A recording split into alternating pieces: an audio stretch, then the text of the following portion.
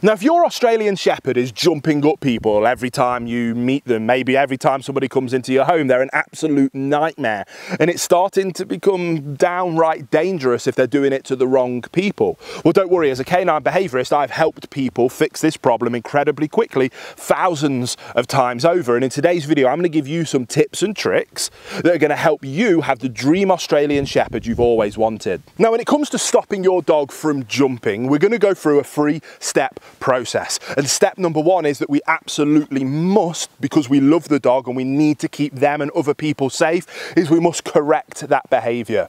Now, depending on what kind of correction we use depends completely on your dog and their sensitivity to what it is that allows them to understand that they're doing something that isn't acceptable. That might be a verbal correction in the form of a no or a shh type noise. It might be a pet corrector spray noise. It might be with a little bit of physical touch. It might be with a tool like a slip lead. Now, I've got tons of videos showing you exactly how you can achieve that over on my training channel. But when it comes to fixing this problem with your dog, we have to first of all understand that it's only fair to them that we help them understand what isn't acceptable. And when we've done that, we can then move on to step 2. So now we've got over the difficult bit, the bit that frankly nobody likes but is incredibly important if we actually want to fix this issue, and we've corrected the behaviour. Well, now we can get back to the fun stuff and we can redirect them to what it is that we do want. So if up to this point the dog, every time it's met somebody,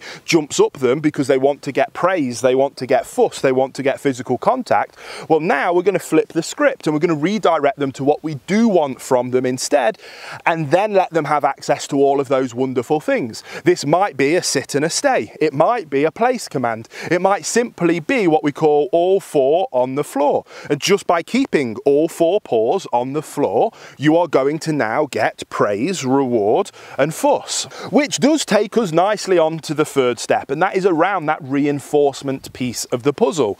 We have to have the ability to communicate to our dogs when they're doing something wrong, but we shouldn't just leave it there and be happy with that. We want to help our dogs understand what it is that we do want from them. So we can correct the undesirable behaviour, but then we use our obedience and we redirect them back to what it is that we do want from them.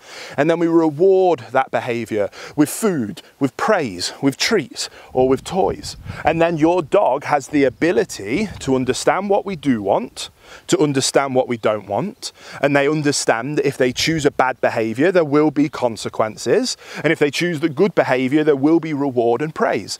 And which behaviour do you think your dog is then going to choose? You're going to have a dog that is filled with confidence, that knows what it is that it wants to do, knows what it is that it needs to do, and knows how to please you and gain access to all the things that they've ever dreamed of. So put those 3 steps into practice and you will be able to have your dog not just stop jumping, but be able to stop them doing the vast majority of problem behaviours as well. So guys, if you love the Australian Shepherd as much as we do here, don't forget to subscribe to this channel. We make videos like this every single week to help ensure that you have the Australian Shepherd that you've always dreamed of, and we cannot wait to see you on the next episode.